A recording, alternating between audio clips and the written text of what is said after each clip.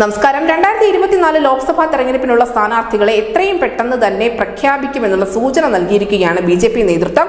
ഈ മാസം 15-ന് മകരസംക്രാന്തി ആഘോഷങ്ങൾക്ക് ശേഷം സ്ഥാനാർത്ഥി പ്രഖ്യാപനങ്ങൾക്ക് തുടക്കം കുറിക്കുമെന്ന് തന്നെയാണ് റിപ്പോർട്ടുകൾ സൂചിപ്പിക്കുന്നത്.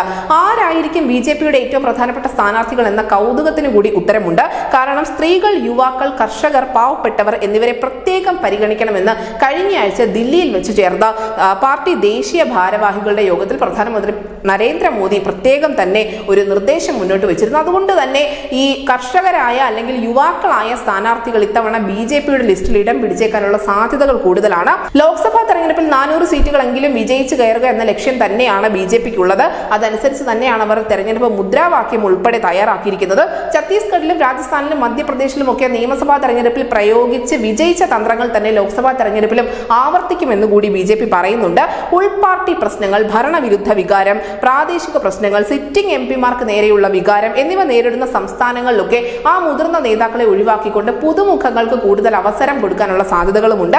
2-ൽ കൂടുതൽ തവണ MP ആയ ആളുകൾ, പ്രകടനം മെച്ചമല്ലാത്ത ആളുകൾ തുടങ്ങിയവരെ പുറത്താക്കുമെന്ന് കൂടി നേതൃത്വം അറിയിക്കുന്നുണ്ട്.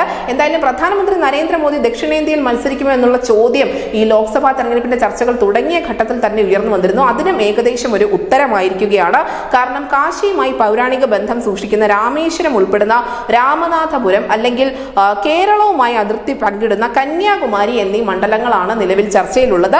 മോദിയുടെ സ്ഥാനാർത്ഥിത്വം ജനങ്ങൾക്കിടയിൽ വലിയ ചർച്ചയാക്കാൻ തന്നെയാണ് ബി.ജെ.പിയുടെ തീരുമാനം. ഇത് തമിഴ്നാടിന്റെ സംസ്ഥാന അധ്യക്ഷനായ കെ അണ്ണാമലൈ അറിയിക്കുകയും ചെയ്തിട്ടുണ്ട്. വണക്കം മോദി എന്ന് തുടങ്ങുന്ന ക്യാമ്പയിൻ ഉൾപ്പെടെ തമിഴ്നാട്ടിൽ സജീവമാണ്. എന്തായാലും മോദി മത്സരിക്കുക കന്യാകുമാരിയിൽ നിന്നാണെങ്കിൽ തീർച്ചയായും അതിന്റെ പ്രതിഫലനങ്ങൾ കേരളത്തിൽ കൂടി ഉണ്ടാവും എന്ന കാര്യത്തിൽ തർക്കമൊന്നുമില്ല. പ്രത്യേകിച്ചും കന്യാകുമാരി ബി.ജെ.പിക്ക് വളരെയധികം അടിത്തറയുള്ള ശക്തമായ വേരുകളുള്ള ഒരു പ്രദേശം തന്നെയാണ്. അങ്ങനെയെങ്കിൽ ദക്ഷിണേന്ത്യയിലെ മോദിയുടെ കന്നി അംഗം കന്യാകുമാരിയിൽ തന്നെയാവും. News desk Malayalam.